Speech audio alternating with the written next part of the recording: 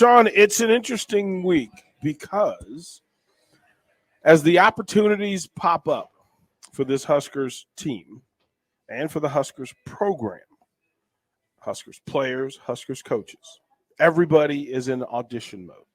Everybody in full audition mode. What's story one? What's priority one for Nebraska as they head to West Lafayette? I think priority one is they've got to figure out a plan that protects this offensive line. They really rolled the dice with how they played last week. You're not going to win very many games with protection and run blocking the way it kind of came together. Raiola needs to do a better job with that group, but I think Whipple needs to probably protect that group and come up with a plan. Because Casey Thompson, if that game happens 6 more times, we ain't going to see Casey Thompson 6 more times on Saturdays for Nebraska. And the most amazing stat, and Mark Whipple joked about this today lightheartedly, that he goes, the amazing stat was he was only sacked once. And that's tells you stats don't tell the whole story there, because that felt like much more than one sack with the number of pressures and hits that he took. And I don't know what that plan is, guys, what you got to do, but they can't have a game like that again with the offensive line. And the scary thing is they're going to see better teams than Rutgers up front the next, 2 months. Sean, when you talk about the offensive line, I mean, obviously Rutgers was probably their worst game of the year. They've played some consistent games and been pretty decent. So when you take a step, I guess, to the side, outside of the program, and you think about offensive line, period, and you think about what needs to happen for the rest of the season, and then obviously next year, regardless of who the coach is, in your opinion, how do you – it's not going to be a fix by next year, but how do you have tangible, clear improvement by the end of this year, primarily this week, and then next year? Because is it develop the guys on the roster, transfer portal? You can't depend on some 18-year-old kid. We've seen what happens with that, right? Size you might be ready, but realistic, you're not ready. So in your opinion, how do you do it? Or is it a combination of all three? Yeah, it's a little bit of everything you just said, but let's start this year. I think you got to look at a couple things. Can you move Turner Corcoran back to guard? And if you do, who are you going to put out there? Brant Banks. Could you put somebody else at left tackle? Anybody. I think Corcoran at guard is a better picture. Anthony Benhart, they've been kind of rotating the right side a little bit the last few weeks, but going forward, they've got to get Prohaska back healthy at left tackle. That's priority one. And Nuri Noelli's got to come back in there. To me, those were their 2 best offensive linemen, and they're playing without those 2 guys. Kevin Williams out. I feel like when they built the offseason roster, they did miss on the offensive line. They didn't recruit. They didn't allow Coach Raiola to go and recruit. No, and you're right. And so that has nothing to do with him. And that's on the powers that were at beat, right? And Greg Austin, as we know, didn't recruit very much. I mean, he didn't bring any guys in last year on that offensive line. And Hunter Anthony was taken as a commit by Eric Chenander, not Raiola. Kevin Williams was taken as a commit because of the connection with Mickey Joseph. I think there was a connection to Kevin Sr. and Mickey, and that kind of led to one thing or another, and all of a sudden he was a commit. Then they took the kid out of New Jersey who doesn't look like an offensive lineman. He looks more like a D lineman. So they struck out on O-line additions, when now in the world we live in, if you're trying to add linemen, you can't strike out. You've got to get somebody from the portal. And Hunter Anthony is playing now, but he didn't play significant snaps at Oklahoma State. He wasn't like a starter for Gundy. I mean, Gundy was cool with him leaving. I mean, I'm not saying he's a bad player, but they needed to get a true impact guy in the portal, and they didn't get one on the O-line. I fall in this space that if you swung and miss as a program, now you're making decisions on the move, right? It's last minute. You're desperate. Moving Corcoran inside. Look, if he misses at left tackle, there's a runaround. Well, he started out at left guard. Hold on. Let's pump the brakes here. Okay, let's pump the brakes. Okay, I got a double pump. Pump the brake. You see, you hear me up there, right? I hear you, right? Pump him here. Okay, he's been playing guard, and then he played one game at left tackle. And his worst play is when it must have been flipping the offensive line. He was playing right tackle, the one where he just forgot to block the dude that crossed his face. Right, he did that twice. Right, but they both were at right tackle. So think what I just said here. Okay, left guard, left tackle, worst 2 plays at right tackle. There's a common denominator there that has nothing to do with the player. And I'm not here. I never make excuses for players. Okay, because I'm a firm believer. If you're on Division I scholarship, right, you're a Power 5 player. At some point in time, you got to figure it out. Okay, am I in agreement here? Because there's an old button that you push. I'm tired of getting my butt kicked. And it's not a physicality thing. No, but you're asking somebody to kick step left. Well, first of all, short set guard, kick step left tackle, kick step right tackle. Anthony Munoz, Jonathan. That's something that they do roll out of bed right now. It's confusing. It's confusing even when I told you, because I see it on your face. You know what I'm saying? You're asking somebody to do all different types of things in the element of a game with no help. Nobody should be getting beat on the outside as bad as Nebraska is right now. Agree. Like I've never seen this before, and we've seen. You saw it last year. You saw it last year and you saw it the year before. My whole thing is, this is what I want to ask you. How do we recruit all these linemen? Okay, I've been back in Nebraska since 2010. So what was that, 12 years? Okay, for 12 years. Okay, so that's what, 3 coaches? There's Bo, Nice Mike, Frost, right? Grandpa Mike, I won't do it. Nice Mike. 3 coaches. So for all 3 coaches that have been recruiting offensive linemen, all of a sudden they come to Lincoln and can't play. And you think about the first line Frost had. They had Hymas and Farniak at tackle, NFL. They had Farmer, who got into a camp at least, and they had Foster, who made a practice squad. I mean, they had 4 legit dudes. And then Juergens was coming up the ranks. They're, developing him behind the scenes. So they had guys, and now they're all Nice Mike guys. They're all Nice Mike recruits, and they haven't brought in anybody. I mean, Greg didn't bring in anybody, and Juergens was a tight end that they converted to an O-lineman. But do you think the reluctance to actually be physical has hurt the development? And I'm talking about physical in practice and how you lift and all that stuff. It's confusing because we were told that the new style that Raiola brought. Hold on, no, this isn't Raiola. This is 4 years of just bad training. Okay, I'm talking about when Frost was here. The reluctance to be physical for 4 years, just to keep guys healthy on Saturdays, or right? 4 Saturdays, right? That was kind of the plan, right? I mean, well, whatever. That's hurt the development because you can't ask a coach to get here when he get hired, like January, December. Okay, December, January, same thing, right? Tomato. So you think he gonna fix the stuff and we ain't even been through a whole year? He only been here 9 months. No, I agree. I mean, he inherited a very, very bad hand of cards, and then the Prohaska injury with the Noelle suspension just stacked on top of that, because Noelle was coming on, and Prohaska obviously before the first knee injury looked really good. Do you think recruiting basketball players to play offensive line is an issue? I think they recruited a body type, and they really believed that nutrition and strength and conditioning could make them into something, and then the coaching would get them there. And as we know, it hasn't worked. That plan of recruiting 6'9", 6'8", 260 with feeding them and lifting them up has not. Where did that model? Where's that model ever work though?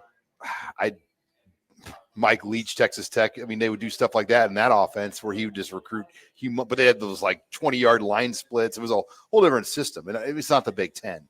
But I think they felt like, well, we're going to recruit the tallest, biggest humans, and then we're going to lift them up and feed them, and then they're going to become great players. And as we know, that model has not worked in recruiting athletes for Nebraska. I mean, you go back, Tanner Farmer and Gerald Foster were like 6'2", and they would run circles around these linemen. And that was Frost's first line. Right. Yeah, okay, now let's just we all, we kind of, we peeled back the scab, man. So let's put some Neosporin and see how we can kind of try to do it. So in your opinion, I have my opinion, but in your opinion, what can what I know what can be done in order to look better on Saturday. But in your opinion, what can be done in the meantime to kind of play like they did against Northwestern, or at times, I mean, you know what I mean? Obviously, this is now if we're 3 games in a row and everybody's just running in, it's like ollie oxen free to hit Casey, then yeah. But what can they do? I think Whipple needs to get on the same page with everybody, and they need to rein some of the calls in a little bit. I don't think you can just drop Casey back without protection. Empty sets. You're really rolling the dice. If you see Casey Thompson going in empty, what do you think you're going to do on defense right now? Me? Yeah. I mean, well, first of all, if he goes empty, I probably feel comfortable as of right now that I can get home with 4. But if you continue to go empty, I'm going to make sure he doesn't finish the game. Right. So then I'm going to blitz, and you might complete the pass, but that will be your last pass of the night. Well, Greg Schiano, they kind of tried to knock Casey out of the game in the third quarter. They took that late hit right out of the locker room because Casey had gone out, comes back in, and I wouldn't be surprised if Schiano was like, I'm okay with that penalty. Let's see if this kid gets up.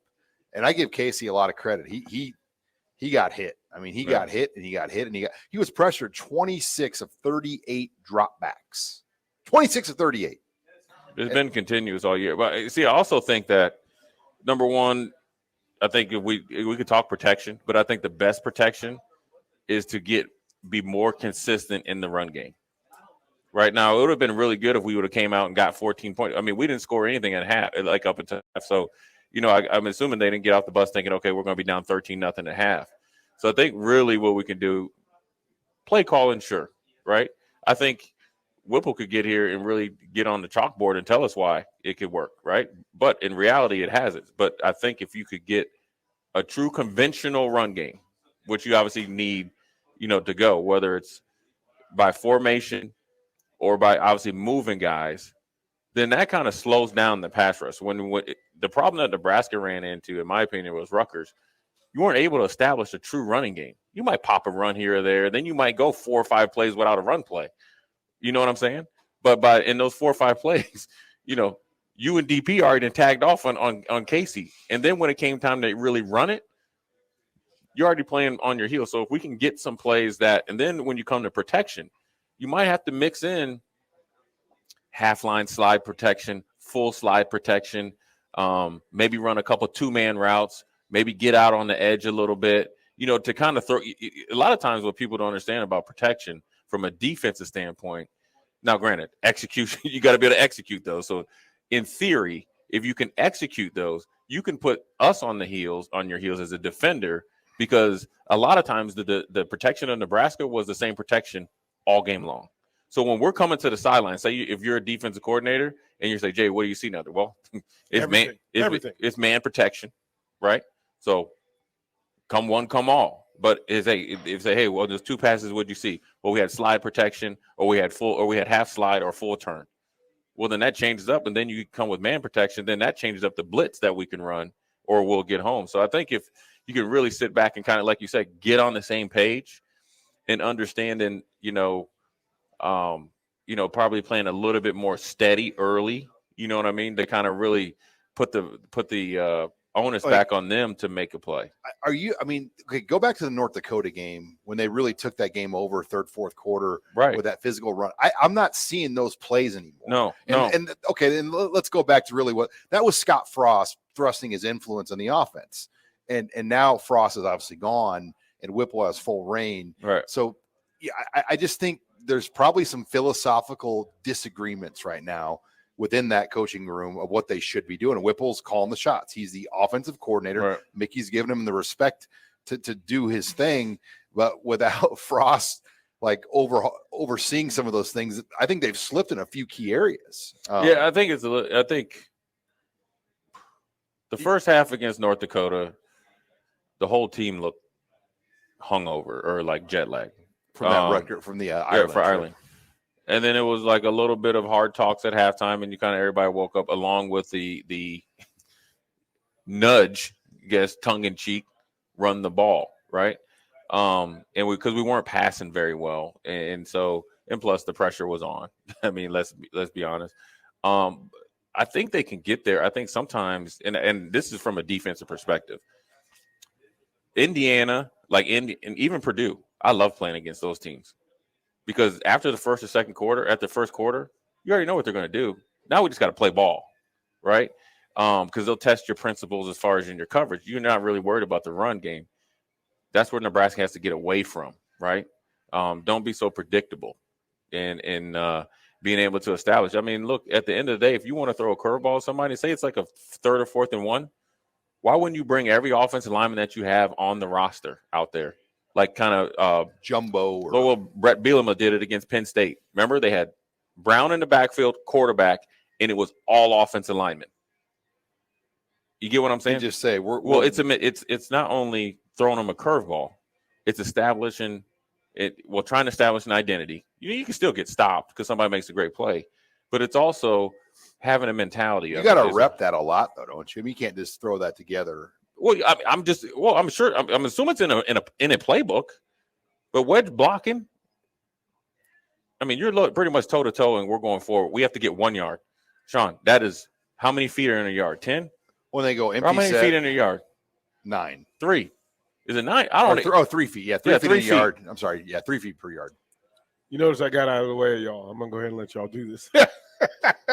I mean, we're just trying to get some answers here, man. You know, every time Sean comes out here, you probably feel like Jay Foreman be on me and stuff, man. No. I mean, I work with Sipple every day, so. Yeah, that's true. Yeah. I'm sorry. Yeah. I'm sorry. Like, we need to give you layup questions and you dealing with Sipple. Yeah, I understand that. We're live at Tanner's 30th and Yankee Hill, Husker Hall of Famer Jay Foreman, Husker Online's Sean Callahan.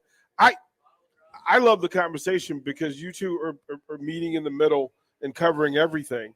I still have questions about the identity of this team.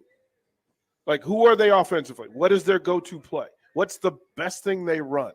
Who's the best player with the ball? How are they efforting to get him the ball on a regular and consistent basis so they can get the best? Anthony, the identity is 2 things. Yeah, I think they're doing that. I think they're missing the foundation of it. It's using Anthony Grant to set up Trey Palmer. I think that is like in a nutshell. And then you have the underneath game of Travis Vokalek. He is your guy underneath. You use deep game or secondary deep game with Washington, intermediate routes with Washington. You know, the people don't understand is like the amount of drops from last game that hurt your ability to pass protect as well. You get what I'm saying? When you're wide open and you drop the ball, that changes the concept that changes the whole the flow of the game. We're not talking about 1 or 2 drops. We're talking about 4, 5, 6 drops. You get what I'm saying? I mean, there's a lot of things that go into it where it's just not straight protection because you drop that ball, even say it's 2nd and 10. You drop a 6-yard route. It's 3rd and 10. Then you really know they got to pass. Exactly. Well, and let's not forget that was really their first road game of the year. Ireland was like a home game with free beer served at it. I mean, it was wild, and this was a true road environment. They had loud music in. I told the guys this morning it sounded like a New Jersey nightclub in there. They had the music blaring. Oh, they were all about the bass. Oh yeah, they were all about the bass. You couldn't take a phone call anywhere in that stadium. It was like Jersey Shore out there. Oh yeah, it was. Oh boy. And when they opened themselves out of the locker room, the Sopranos theme song is what they played. That's no joke. That's literally what they came out to was the Sopranos theme song. And I went, okay, this is serious.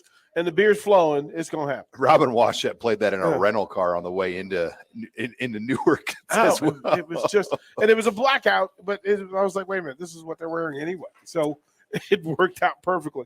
On the other side of the ball, defensively, do we know who this team is? What is their thing that they do better than anything else? I think it's figuring out ways to move around that front four and let guys like Garrett Nelson, O'Shawn Mathis do their thing. And we even saw Colton Feast do his thing. I mean, that was the first time that group really got going like that, especially against a quality opponent. So I think Bill Bush, give him a lot of credit. Whatever he's done, he's simplified it enough. He's gotten guys lined up. They're tackling better, and he's infused confidence. When you see, guys that we never expected to be making plays, that's coaching. I mean, he for them to say, we're going to bench Tommy Hill for Malcolm Hartstug. We're going to bench our highest profile transfer portal defensive player, arguably one of them besides O'Shawn, from Arizona State, a 4-star guy that came in with a lot of hype, for a freshman from Mississippi that if you rank the 33 newcomers that came in, he was probably bottom 3 or 4. That's confidence, that's coaching. And Hartstug has responded. Yeah, he's gotten beat, but anyone's going to get beat at that position. It's a cornerback position. But I like what they've done to kind of get some of these guys going now. I'm a little nervous about Newsome this week, and obviously the Luke Reimer situation if they're going to be fully healthy, ready to go. Well, I thought the message today was that he looked good. It'll be a day-to-day thing, but I kind of got the idea that they expect him to play. Yeah, and then traveling, if you travel, that's a good sign because you can only take 74, and you're not going to just take a body that you know can't play. Yeah. So if those guys travel, good chance that we'll see him out there in some way. Jay, have you played with that sort of chest injury? I mean, that at a linebacker position, that's a lot of punches to the chest.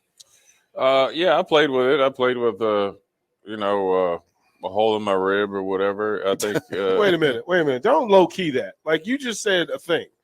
Yeah. A hole in your rib. Yeah, yeah. So I mean, but I think it's all about learning how to play when you're hurt, and I think that's part of it is learning how you learn that in practice. You learn how to push yourself in practice, and it's it's all about checks and balance. You want to check your pain threshold, balance how much you need, how much practice you need versus how much you're doing, and so you're ready for the game in a sense of from a mental standpoint. I played downhill, but we used our hands pretty well. But I also think the depth of Nebraska, whether it's Ernest Hausman, whether it's Va Clemens or somebody like that is going to have to step up, or Heinrich's going to have to really play well in the passing game. And I think they have flexibility if they don't have anything. You know what I mean? Because you could do something, and granted, this is just me just thinking out loud. You could possibly on a true against Purdue. Okay, it actually work. It could work out well for Purdue. You could. I know Omar Brown had kind of played has been playing some at nickel, so he could come down at nickel, and you can actually have Gifford kind of slide in. Now he's kind of hurt though too, right? Omar Brown. Yeah, but Brown, Javen Wright can come in and play a nickel slot corner, right? And then you can kind of bump Gifford in and kind of play like kind of a little bit of a hybrid type of linebacker because this team is not a true downhill fit. They're not going to beat you by running the ball unless they're on their third running right. Unless you just don't tackle anybody and do all that type of stuff. So how they're going to beat you is they're going to formation you, route tree you to death, and test your principles and your communication. And if you have a good plan and do that, you can survive. And then the defensive line has to play well, and the guys that you're expecting to play well. Also, I don't mean to cut you off. Another caveat, if you've been seeing, is Caleb Tanner kind of being that move guy and kind of like moving around and spy sometimes and be a late ad rusher. Well, that bodes well for Nebraska because if you ask him to be a short area hook dropper or something like that, he already has the reps to do it and he has the ability to do it. Now, is it to Luke Reimer to where he's feel comfortable and can make some pretty special plays? No, but this is what your captains are for. This is what your leadership's for. This is what you come to college for. You don't come to college and sit there and just wait around until they get handed a spot. Sometimes you got to jump up and compete when's needed, and that's what good teams are for. And I think that the simplicity of the system will help that.